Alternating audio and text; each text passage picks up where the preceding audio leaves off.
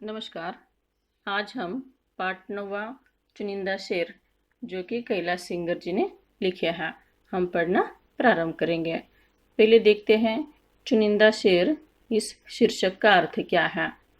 चुनिंदा का अर्थ है चुना हुआ, श्रेष्ठ, बढ़िया या अच्छा, उसे चुनिंदा कहा जाता है। और यहाँ शेर का अर्थ है फारसी काव्य में 2 चरणों का एक पद्य या उर्दू गजल के 2 चरण, उसे शेर कहा जाता है। तो कैलाश सिंगर जी आधुनिक जमाने के एक महत्वपूर्ण गजलकार हैं। गजल गढ़ने में शेरों की अहम भूमिका होती है। तो चलिए शेरों को पढ़ना प्रारंभ करते हैं। चुनिंदा शेर, ये पाठ पढ़ने से पहले हम कवि परिचय, उनकी प्रमुख कृतियाँ, विधा परिचय, कविता का परिचय देख लेते हैं। पहले देखेंगे कवि परिचय।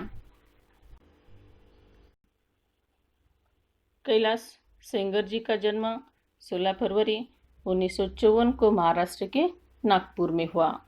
सहज सरल हिंदुस्तानी भाषा में लिखे आपकी रचनाएं सामान्य आदमी की जिंदगी में घुली वेदना, प्रश्नों, भावना और उसकी धड़कन को व्यक्त करती है।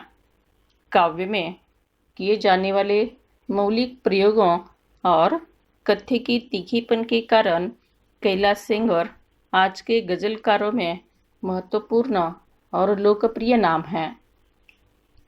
गजलों के अलावा गीत, कविता, कहानी, नाटक आदि विधाओं में आप लेखन करते हैं। पत्रकारिता के क्षेत्र में भी आपका उल्लेखनीय योगदान है। हिंदी के साथ साथ मराठी भाषा पर भी आपका प्रभुत्व है।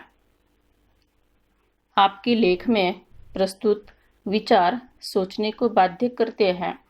आपकी साहित्यिक भाषा पाठकों के मन, बुद्धि को झकझोर कर रख देती है। तो कैलाश सिंगर आधुनिक जमाने के एक महत्वपूर्ण गजलकार हैं। सहज सरल भाषा में इन्होंने सामान्य जीवन की वेदना को व्यक्त किया है। पत्रकारिता में भी इनका काफ़ी योगदान है। हिंदी के अलावा मराठी भाषा पर भी इनका प्रभुत्व है। तो ये हो गया कवि परिचय।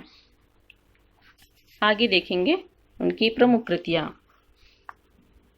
सूरज तुम्हारा है, ये गजल संग्रह है। यहाँ आदमी नहीं जूते भी चलते हैं।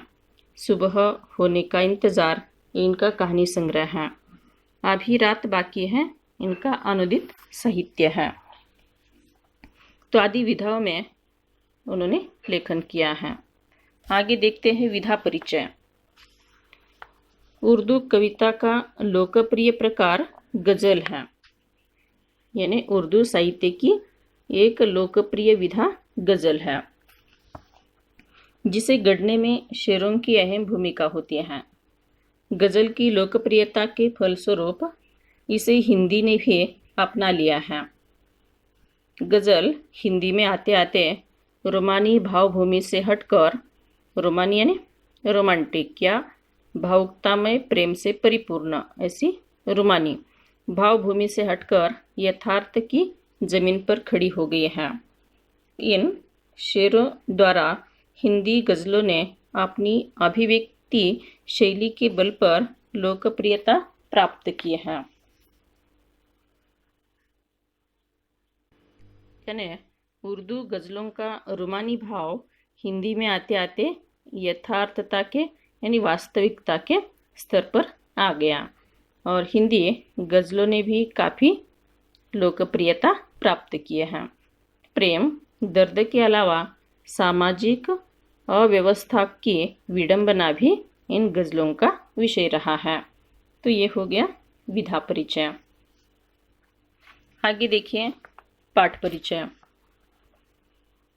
प्रस्तुत शेरों में सामाजिक अव्यवस्था और विडंबना की विभिन्न चित्र शब्दों के माध्यम से व्यक्त किए गए हैं।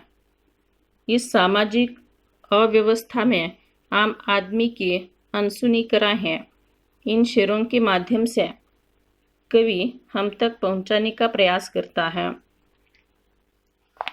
विवशताओं के कारण आम आदमी अपनी पीड़ा अभिव्यक्त करने में स्वयं को असमर्थ पाता है। ये शेर उन्हीं विवशताओं को व्यक्त करने का माध्यम बन जाते हैं। मनुष्य की इस विवशता को और उसे समाप्त करने के प्रयासों को कवि ने वाणी दी है।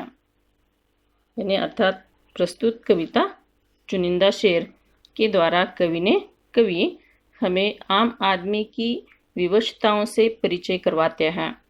सामाजिक अव्यवस्था में सामान्य आदमी की कराहें पुकारें अनसुनी रह जाती हैं। इसी सामाजिक अव्यवस्था को उजागर करना इस कविता का उद्देश्य है।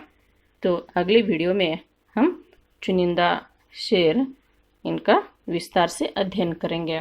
धन्यवाद।